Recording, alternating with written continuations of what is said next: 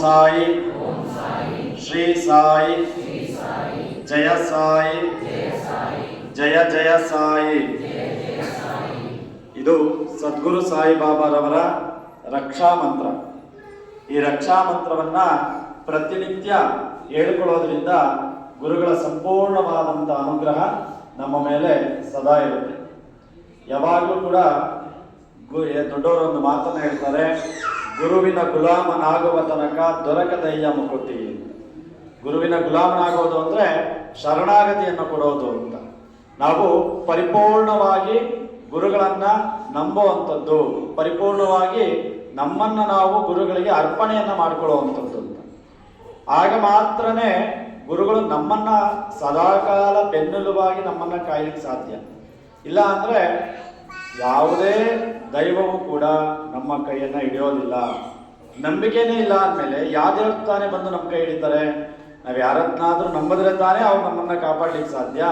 ಹಾಗಾಗಿ ಈ ಕಲಿಯುಗದಲ್ಲಿ ಅತ್ಯಂತ ವಿಶೇಷವಾಗಿ ಗುರುತತ್ವವನ್ನು ಯಾರು ಪಾಲನೆ ಮಾಡ್ತಾರೋ, ಗುರುತತ್ವದೊಂದಿಗೆ ಯಾರು ಜೀವನವನ್ನು ಮಾಡ್ತಾರೋ, ಗುರುಗಳ ಆಶೀರ್ವಾದವನ್ನು ಯಾರು ಪಡ್ಕೊಂಡಿರ್ತಾರೋ ಅವರು ಸದಾಕಾಲ ಗುರುಗಳ ಅನುಗ್ರಹದಲ್ಲಿ ಎಲ್ಲ ಕಾರ್ಯದಲ್ಲೂ ಶುಭವನ್ನು ಉಂಟು ಮಾಡ್ತಾ ಸದಾಕಾಲ ಗುರುಗಳು ಅವರಿಗೆ ಏನನ್ನ ಬೇಕೋ ಅದನ್ನೇ ಸಂಕಲ್ಪಿಸಿದ ಮಾತ್ರಕ್ಕೆ ಅನುಗ್ರಹಿಸ್ತಾರೆ. ಗುರುಗಳ ಅನುಗ್ರಹ ಹೇಗೆ ಅಂದರೆ, ನಾವೇನೋ ಗುರುಗಳ ಹತ್ರ ಬಂದು ಕೇಳೋಂಗಿಲ್ಲ. ನಮಗೆ ಮನೆ ಮಾಡಬೇಕು, ನನಗೊಂದು ಸೈಟ್ ಬೇಕು, ಗಾಡಿ ಬೇಕು, ನಮಗೆ ವಿದ್ಯಾಭ್ಯಾಸ ಬೇಕು, ಮದುವೆ ಆಗಬೇಕು, ಯಾವುದೂ ಕೇಳೋಂಗಿಲ್ಲ. ಗುರುತತ್ವ ಹೇಗೆ ಅಂದರೆ, ಅವರು ನಿಮ್ಮನ್ನು ಒಪ್ಪಿದ್ದಾರೆ ಅಂದರೆ ಕೇಳೋದಕ್ಕೂ ಮುಂಚೆನೇ ನಿಮ್ಗೆ ಏನು ಬೇಕೋ ಅನುಗ್ರಹಿಸುತ್ತಾರೆ. ಅದು ಗುರುತತ್ವ.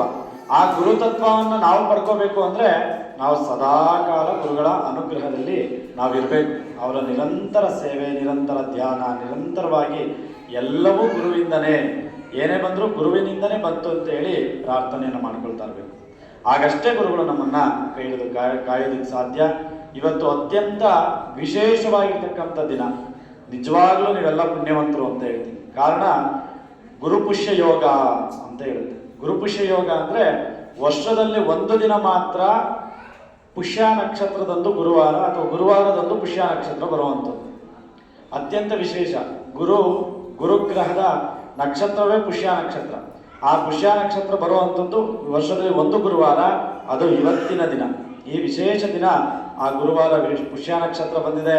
ಇವತ್ತು ಯಾರ್ಯಾರು ಗುರುಗಳನ್ನ ಧ್ಯಾನ ಮಾಡ್ತಾ ಇದ್ರೋ, ಯಾರ್ಯಾರು ಗುರುಗಳನ್ನ ದರ್ಶನ ಮಾಡ್ತಾ ಇದ್ರೋ ನೀವೇ ಭಾಗ್ಯವಂತರು. ನೀವು ಏನನ್ನ ಇವತ್ತು ಪ್ರಾರ್ಥನೆ ಮಾಡ್ತಿರೋ, ಏನನ್ನ ಸಂಕಲ್ಪ ಮಾಡ್ಕೊಳ್ತಿರೋ ಅದೆಲ್ಲವೂ ಕೂಡ ಗುರುಗಳ ಅನುಗ್ರಹದಿಂದ ನಿಮಗೆ ಲಭಿಸ್ತದೆ.